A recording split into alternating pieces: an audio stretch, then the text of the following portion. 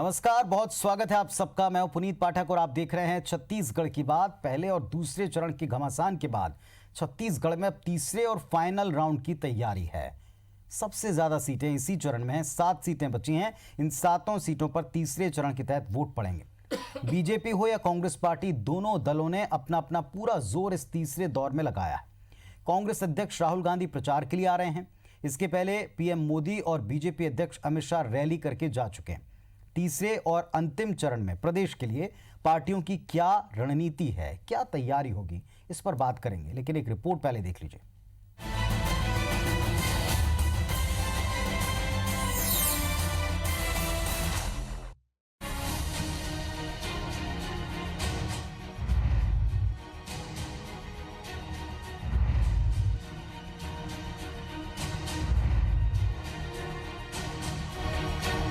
पहले और दूसरे चरण में बम्पर वोटिंग के बाद अब सबकी नजरें तीसरे चरण के रण पर हैं।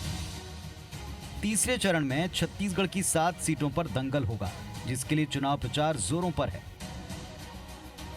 पार्टी के लिए स्टार प्रचारकों ने मोर्चा संभाल रखा है। 23 अप्रैल को जिन 7 सीटों पर मतदान होना है, वहां जातिगत समीकरण चुनावी नतीजों को काफी हद तक प्रभावित करते हैं। प्रधानमंत्री मोदी पिछले दौरे में भाटापारा में मोदी का मतलब साहू बताकर गए और साहू वोटर्स पर ढोरा डाला। बीजेपी के राष्ट्रीय अध्यक्ष अमित शाह और केंद्रीय मंत्री नितिन गडकरी भी चुनावी सभा को संबोधित करते हुए कांग्रेस पर जमकर निशाना साधते नजर आए। क्योंकि कांग्रेस पार्टी ने देश में 55 साल तक काम किया, मगर 55 साल में इस देश के गरीब, इस देश के दलित, इस देश के आदिवासी, इस देश के गांव, इस देश के शहर, उनके विकास के लिए कुछ नहीं। पर 5 साल के अंदर ही नरेंद्र मोदी सरकार ने, ये भारतीय जनता पार्टी की सरकार ने देश के 50 करोड़ गरीबों के विकास के लिए एक सुनियोजित तरीके से काम करा। इधर कांग्रेस भी बाकी बची 7 सीटों पर पूरा जोर लगा रही है। शनिवार को राहुल गांधी बिलासपुर के तखतपुर में चुनावी सभा को संबोधित करेंगे। राहुल गांधी की सभा को बेहद खास बताया जा रहा है। सीएम भूपेश बघेल और नवजोत सिंह सिद्धू लगातार चुनावी सभाओं के जरिए बीजेपी और मोदी सरकार को घेर रहे हैं। जी आए थे जी, और उन्होंने छत्तीसगढ़ में आगे 5 साल क्या करेंगे उसके बारे में कोई चर्चा नहीं की। इसका मतलब ये है वो मान लिए हैं कि उनकी सरकार नहीं बन रही है। उन्होंने नहीं कहा 15 लाख देंगे, उन्होंने कहा भैया हर महीने हम 6,000 रुपए देंगे और देंगे। ये सच्चाई है साहब इनकी। MTNL ने रिफ्यूज कर दिया। BSNL कहता है 30-40% जॉब काट दो, जॉब कटिंग कर दो, हमारे पास पैसे नहीं है।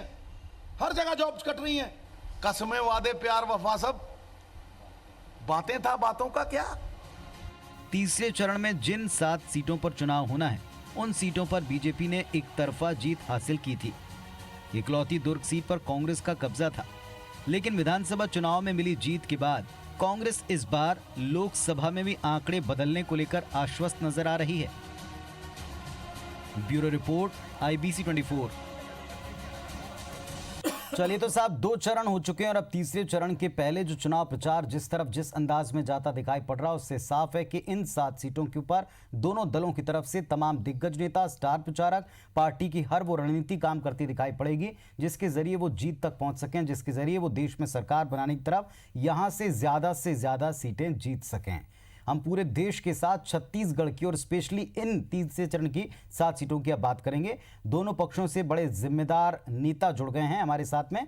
मोहन मरकाम साहब हैं, कांग्रेस पार्टी के जिम्मेदार जनप्रतिनिधि विधायक हैं कोंडागांव से। बहुत स्वागत है आपका, नमस्कार आपको। और संजय श्रीवास्तव जी हैं, भारतीय जनता पार्टी की तरफ से मुखरता से अपनी बात रखते हैं इस मंच पर। संजय जी, आपका भी स्वागत है। मोहन मरकाम साहब, 2 चरण हो गए हैं और अब तीसरे चरण की बारी है। एक बड़ी ऐतिहासिक विक्ट्री जो छत्तीसगढ़ में थी, उसको रिपीट करने के लिए तीसरे चरण को लेकर क्या रणनीति है कांग्रेस की? देखिए, लोकसभा चुनाव 2019 में पहला चरण और दूसरे चरण में 4 सीटों का वोटिंग हुआ है। उसमें बम्पर वोटिंग हुआ है, जिसमें अक्सर जहां बम्पर वोटिंग होता है सत्ता विरोधी वोटिंग होता है। माननीय मोदी जी ने 2014 में जो वादे किए थे, चाहे 2 करोड़ युवाओं को हर साल नौकरी देने की बात हो, या 15 लाख काले धन की बात हो, या अच्छे दिन लाने की बात हो, ये सिर्फ और सिर्फ जुमला साबित हुआ। इस कारण छत्तीसगढ़ की जनता ने निर्णय कर लिया है, छत्तीसगढ़ के 11 सीटों में कांग्रेस को विजय श्री मिलेगी। ये हम लोगों की तैयारी भी है और तैयारी के साथ हम लोग आगे बढ़ रहे हैं। माननीय भूपेश बघेल जी की सरकार पिछले 3 महीने में जो कहा वो वादा पूरा किया, चाहे किसानों का कर्जा माफ हो, या समर्थन मूल्य में 20,000 करोड़ का 85 लाख मीट्रिक टन धान खरीदने की बात हो, या वनवासी आदिवासी भाइयों को तेंदुपत्ता का रेट 2500 से बढ़ाकर 4,000 करने की बात हो, या बिजली बिल हाफ करने की बात हो। कांग्रेस पार्टी जो कहती है वो पूरा करती है, मगर वहीं भारतीय जनता पार्टी जो वादा करती है उस वादा पे मुकर जाती है। आपने देखा होगा, पहली बार ऐसा चुनाव हो रहा है जो सरकारें अपने किए वादा काम के अनुसार वोट मांगते हैं, मगर पहली बार हमने देखा है देश के चुनाव, लोकसभा चुनाव में सरकार उन वादाओं को भूलकर दूसरे मुद्दे को भटकाकर मतलब चुनाव लड़ना चाहती है। कहीं ना कहीं छत्तीसगढ़ की जनता समझ चुकी है, और छत्तीसगढ़ की जनता छत्तीसगढ़ के साथ साथ केंद्र में भी माननीय राहुल गांधी की सरकार बनाना चाह रही है। ठीक है, चलिए, अब ये आपने बहुत अच्छा बोला, लेकिन आपकी तमाम बातों में से अगर मैं पॉइंट निकालना चाहूँ कि क्या ऐसे पॉइंट्स हैं, तो इन पॉइंट्स में आप ये बात अच्छी तरह से जानते समझते हैं कि 11 सीटें छत्तीसगढ़ की हैं, 4 पर चुनाव हो गए हैं, बाकी की 7 बची हैं। अगर आप उस गणित को देखें तो 4 जो रूरल एरियाज़ की, ग्रामीण इलाके जिसमें ज़्यादा आते हैं, वहाँ पर कांग्रेस पार्टी अच्छा करती आई है, लेकिन जहाँ शहरी इलाकों की बात आती है वहाँ बीजेपी की पकड़ थोड़ी ज़्यादा है। सोशल नेटवर्किंग के ज़रिए, या जिनको आप कह रहे हैं कि भटका कर मुद्दे, किसी खास मुद्दे की तरफ ध्यान खींचा गया, वहाँ कांग्रेस पार्टी कैसे निपटेगी? आपके तो बड़े नेता भी अब तीसरे दौर के लिए आ रहे हैं। देखिए पुनीत जी, सबसे बड़ी बात है अब देश की जनता और छत्तीसगढ़ की जनता समझ चुकी है, क्योंकि आपने जो वादे किए थे वो वादे आपने पूरा नहीं किए। अगर जनता किसी भी सरकार को चुनती है तो उन वादाओं को विशेष ख्याल रखती है। आपने वादे से देश की जनता को आपने भटका दिया है। अब देश की जनता, अब आप देखिए, अब सबसे ज़्यादा आप बेरोजगारी की बात है, देश में सबसे ज़्यादा बेरोजगारी बढ़ी है। आप 2 करोड़ युवाओं को नौकरी देने की बात कहते, आप पढ़े लिखे युवाओं को आप पकौड़ा देने की बात आप और कर एक रहे हैं। सीधा सवाल पूछता हूं कि आपकी न्याय योजना जो सबसे बड़ा हाईलाइट आप बताते हैं, उसका भी प्रभाव क्षेत्र जिन इलाकों में या जिन लोगों के बीच में है, वो शहरी इलाके या शहरी आबादी से उतना जुड़ते नहीं है। देखिए पुनीत जी, आज देखिए कांग्रेस पार्टी हमेशा जो कहती है उसको पूरा करती है। आज देखिए माननीय मोदी जी ने 3,85,000 करोड़ उद्योगपतियों के कर्जा माफ कर सकते हैं, मगर हमारी सरकार न्याय योजना में अधूरे वायदे आपके मुताबिक एक बड़ा पॉइंट होंगे। बहुत बड़ा पॉइंट है, ठीक है, मैं उत्तर लेता हूं ना, अब इस बात का उत्तर लेता हूं। संजय श्रीवास्तव जी, इन 7 सीटों के ऊपर कांग्रेस पार्टी का ये दावा है कि आपके अधूरे वायदे पिछली सरकार के ले डूबेंगे और इसीलिए ये सीटें उनको मिलेंगे। देखिए पुनीत जी, देश में लोकसभा के चुनाव है, आने वाले 23 तारीख को 4 लोकसभा क्षेत्रों में मतदान होना है। पिछले तमाम, चाहे बीजेपी की सरकारें 15 वर्षों में रही या उसके पहले दिग्विजय सिंह की सरकार रही, लोकसभा क्षेत्र में भारतीय जनता पार्टी हमेशा से विजयी होती रही है। 7 से 8 सीटें पहले और 10 सीटें हमने अपने कार्यकाल में प्राप्त किया है। हमें पूरा विश्वास है कि 10 से 11 सीटें इस बार हम फिर से प्राप्त करेंगे। मैं इस बात को मानता हूं, मतलब एक भी सीट आप कांग्रेस को देंगे? बिल्कुल कांग्रेस को नहीं जाएगी, क्योंकि देश के अंदर में जनमानस है जिसके बारे में मैं बताऊंगा। देखिए, ये 2014 में 10 साल की यूपीए सरकार की असफलता और लगभग ये कहें कि सरकारों के अंदर में तमाम प्रकार के जो घोटाले जो रोज समाचार पत्रों के अंदर में पढ़ते थे, एक लोगों में जनाक्रोश था कांग्रेस के खिलाफ में, और एक बड़ा परिवर्तन आया देश के अंदर में। माननीय मोदी जी के प्रति एक सकारात्मक चीजें आई और लोगों को लगा। और इन 5 वर्षों में आपने देखा होगा, सरकारें पहले भी रही हैं, बहुत सारी सरकारें रही हैं, लेकिन इन 5 वर्षों में बड़े फैसले और कड़े फैसले, बड़े फैसले जो बड़ी बड़ी योजनाओं के साथ में हमने जिन चीजों को लाया, और थोड़ा सा लीक से हटकर, ये नहीं कि हम गरीबी हटाएंगे जो 71 में इंदिरा जी कहती थी, लेकिन आज तक गरीबी नहीं हटी। हम रोजगार देंगे, लेकिन रोजगार कांग्रेस 50 साल में नहीं दे पाई। आखिर उन मुद्दों को पकड़कर माननीय मोदी जी ने कि हाँ, हो सकता है सरकारी नौकरी करोड़ों की संख्या में नहीं आए, उन बेरोजगारों के लिए हम और क्या कर सकते हैं, किस तरीके से हम उनको खड़ा कर सकते हैं, इसकी योजना। एक मिनट, स्टैंड अप स्टार्टअप की बातचीत करें या मुद्रा बैंक के माध्यम से लोगों को रोजगार देने का उन्होंने काम किया है। दूसरा विषय यह है कि देश और दुनिया के अंदर में इनको नहीं लगता, इनको लगता है कि मैं सीधी सी बात पूछ रहा हूं संजय जी, आपने ये सारे पॉइंट आपकी तमाम सभाओं में सामने आते हैं। एक बात, जैसे कांग्रेस कहती है वो अधूरे वायदों को लेकर जाएगी आपकी सरकार के खिलाफ, इन 7 सीटों पर बीजेपी क्या लेकर जा रही?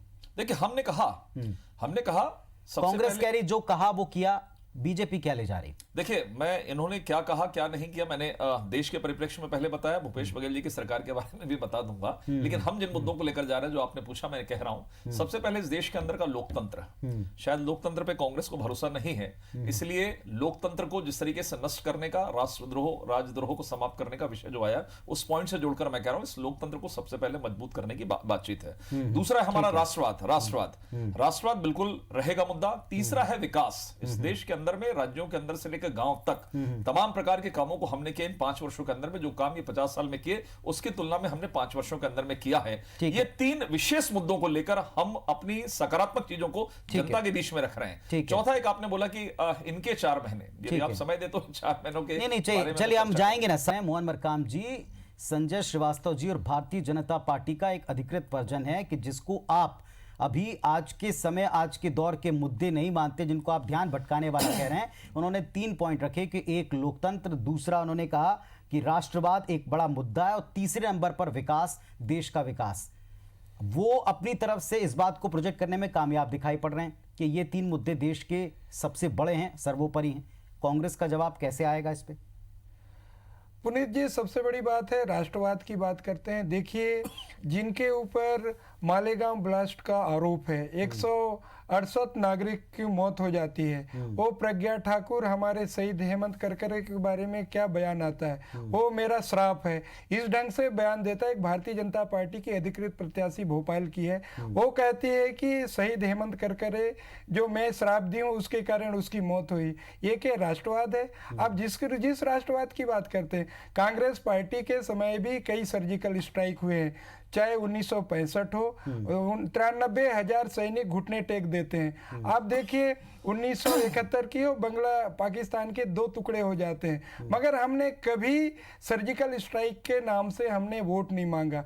सेना का काम है, सेना को कभी हम लोग राजनीति में नहीं घसते, मगर पहली बार ऐसा हुआ है माननीय मोदी जी की सरकार। इसका असर आप लोगों पर होता हुआ देख रहे हैं? नहीं, हम एक राष्ट्रवाद की वेव, सीधे पूछूं, एक राष्ट्रवाद की वेव, क्योंकि अब वो शहरी इलाके हैं, जिन शहरी इलाकों में थोड़ी सी मुश्किलात कांग्रेस पार्टी को आती है, क्योंकि वो व्हाट्सएप से जुड़ा है, वो फेसबुक से जुड़ा है, वो तमाम ऐसे साइट से जुड़ा है जहां पर प्रचार के कई सारे माध्यम हैं। देखिए पुनीत जी, सूचनाओं का अंबार है। पुनीत जी, इसका कोई असर नहीं पड़ेगा, क्योंकि हमने देखा है माननीय मोदी जी जब सरकार में नहीं थे तो बड़ी बड़ी बातें कहते हैं, एक सर के बदले 10 सिर लाएंगे।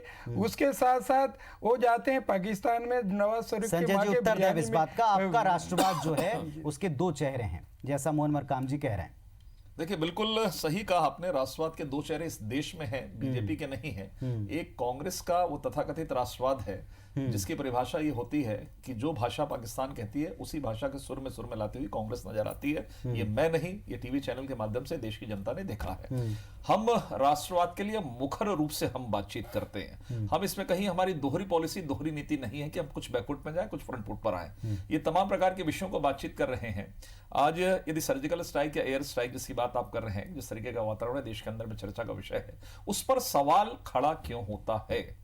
और किसी भी सेना के लिए, ठीक है, सेना के जवानों को हम सलाम करते हैं, निश्चित रूप से वो लड़ते हैं, जाकर हम नहीं लड़ते हैं, लेकिन सरकार के एक्शन रहते हैं, सरकार के निर्णय होते हैं, तब जाकर इस तरह की स्ट्राइक होती है। इस बात को कांग्रेस दिग्भ्रमित करने का प्रयास बार बार करती है जब बड़े फैसले होते हैं। पिछले कुछ वर्षों में आपने देखा, सीधे तौर पर कहें तो कांग्रेस ये कहना चाह रही है, सीधे तौर पर कहें तो कांग्रेस कहना चाह रही है कि जो मुद्दे आपको सूट करते आए उन मुद्दों का आप उठाते हैं। देखिए, सूट नहीं, जो चीजें हो रही है, जो हमारी कुछ कमियां, उस कमियों को गिनाएं, कहीं कोई दिक्कत नहीं है, जो लेकिन जो चीज, जो निर्णय राष्ट्र ने लिया है, इस एयर स्ट्राइक या सर्जिकल स्ट्राइक का दूसरा पहलू भी हो सकता था। हम यदि वहां असफल होते तो सरकार की किरकिरी होती, सरकार कटघरे में खड़ी होती कि नहीं, लेकिन आज सफलता है तो उसको आप ले नहीं पा रहे हैं। तो मुझे लगता है कि राष्ट्रवाद के नाम पर बहुत ज्यादा आपको इस पर सवाल खड़ा करने की आवश्यकता बिल्कुल नहीं होनी चाहिए।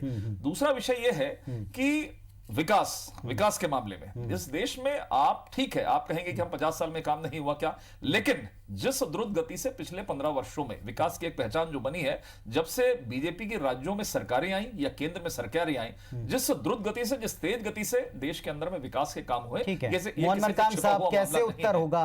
कांग्रेस का क्या उत्तर होगा? देखिए पुनीत जी, आपने 2014 में जो वादे किए थे, उन वादों को लेकर आप जनता के बीच में क्यों नहीं जा रहे हैं? आपने विकास करने की बात की थी, आज विकास बौना साबित हो गए। विकास कहीं कहीं बात ही नहीं हो रही। किसी भी आपके सभा में है ना, प्रधानमंत्री जी आते हैं, प्रधानमंत्री जी आते हैं, देश के प्रधानमंत्री जी आते हैं, वे कहते हैं कि मैं इस जाति से बिलोंग करता हूं, उस जाति का मुझे उस जाति का वोट दीजिए। मतलब देश का प्रधानमंत्री किसी जाति, कहीं कोई जाति विशेष का नहीं होता, देश का प्रधानमंत्री होता है, ना कि कोई जाति विशेष का। अब पहली बार हमने देखा है देश का प्रधानमंत्री किसी जाति विशेष से वोट मांगते हुए गिड़गिड़ाता है कि मैं इस जाति का हूं, उस जाति का हूं। चलिए ठीक है, अगर हम समाप्त करते हैं मोहन जी, पहली बार मोहन जी और संजय जी एक मिनट, संजय जी एक मिनट, संजय जी एक मिनट, मोहन जी एक मिनट। अगर हम समाप्त करें, क्योंकि वक्त बड़ा कम है, अगर हम समाप्त करें तो कांग्रेस पार्टी का साफ कहना है कि जो आपने 2014 में किया उसको अधूरा छोड़ा और अब आप इसलिए उसकी बात नहीं करते। संजय जी की बात माने, यानी बीजेपी का वर्जन देखें तो राष्ट्रवाद सर्वोपरि है, इसमें किसी को क्या शंका है, और अगर इसको जनता भी एक्सेप्ट करती तो फिर शायद कांग्रेस को भी मानना पड़ेगा। इन दोनों के बीच में एक बड़ा जंग छिड़नी है, इन दोनों के बीच में एक बड़ा चयन करना है, वो चयन आप लोगों को करना है। देखते हैं कि आपका निर्णय इस पर क्या रहता है। आप दोनों का शुक्रिया जुड़ने के लिए, नमस्कार।